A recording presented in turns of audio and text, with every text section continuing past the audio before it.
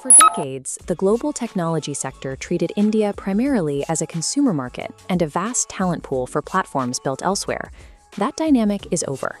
India is actively engineering its own sovereign artificial intelligence ecosystem. The economic calculus driving this pivot is clear. Projections indicate that integrating artificial intelligence will add $1.7 trillion to India's GDP by 2035. This ambition builds on a massive established baseline. 6 million workers are already employed within a domestic technology sector that generates $280 billion in annual revenue. The physical and human capital is already in place. The mechanism to execute this transition is the IndiaAI Mission, which is a sweeping policy framework recently approved by the Union Cabinet. This chart breaks down the official financial commitment behind the mission, a 10,371 crore rupee budget allocation. As you can see, the vast majority of this capital is weighted heavily toward hard infrastructure, specifically compute capacity and innovation centers. The government operates this mission under a singular guiding philosophy: making AI in India and making AI work for India. To understand how they are achieving this, we have to look past the press releases. By deconstructing the dozen disparate government portals and initiatives launched over the last year, we can see them assemble into a single, vertically integrated national AI stack. This budget funds the deliberate, state-sponsored construction of a complete end-to-end technological infrastructure. The foundational layer of any viable AI architecture is raw compute power. Globally, this hardware is monopolized and extremely expensive, creating an insurmountable financial barrier for most new market entrants. India's structural solution is the IndiaAI Compute Portal. The government is directly subsidizing GPU access for native startups and academic researchers, absorbing up to 40% of the total operational cost. This scale comparison illustrates the sheer volume of the deployment.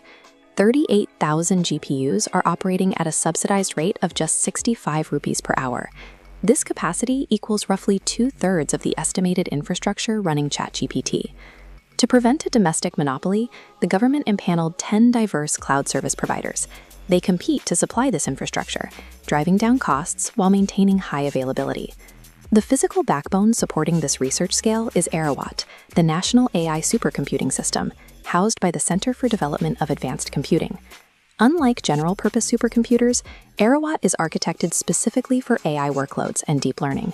This specialized design makes neural network training significantly faster and more resource-efficient.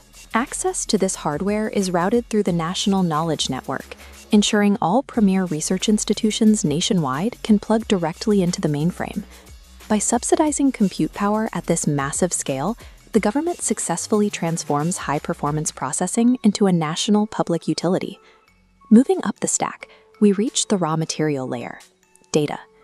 When Western-trained AI models are applied to Indian social, agricultural, or linguistic contexts, they frequently fail due to a lack of relevant training data. To prevent cultural erasure in algorithmic outputs, the government launched AI Kosh, the official IndiaAI datasets platform. This architectural model illustrates how the stack builds upward.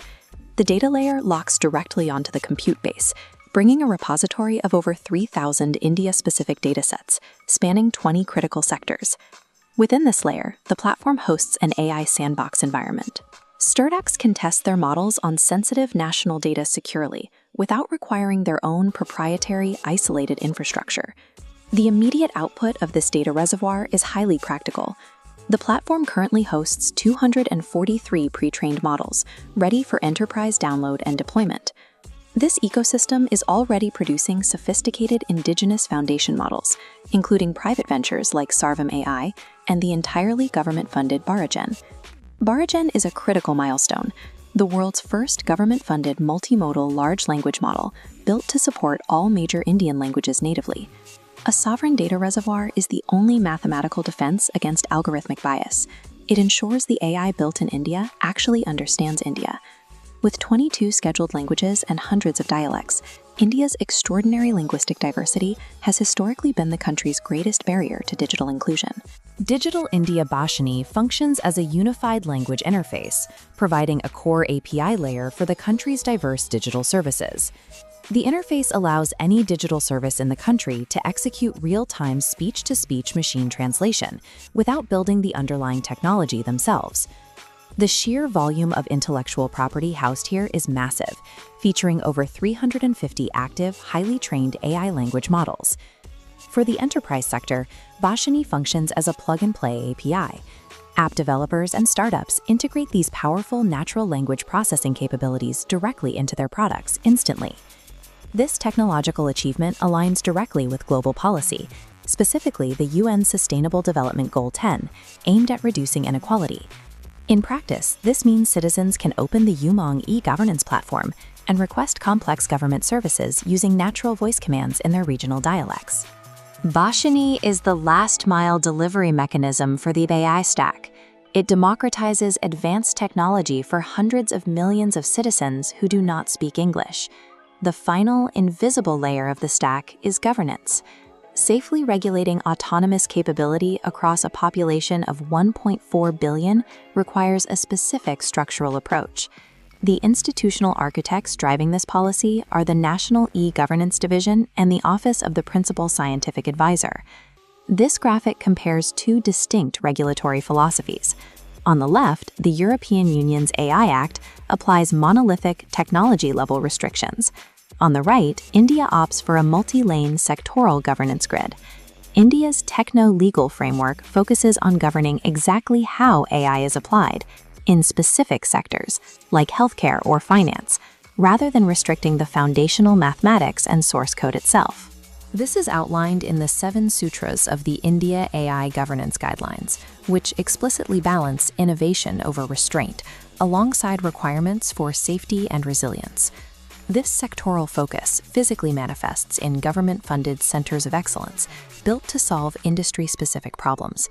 In agriculture, algorithms are deployed at the edge to analyze crop data, reducing supply chain wastage and actively enhancing farmer income.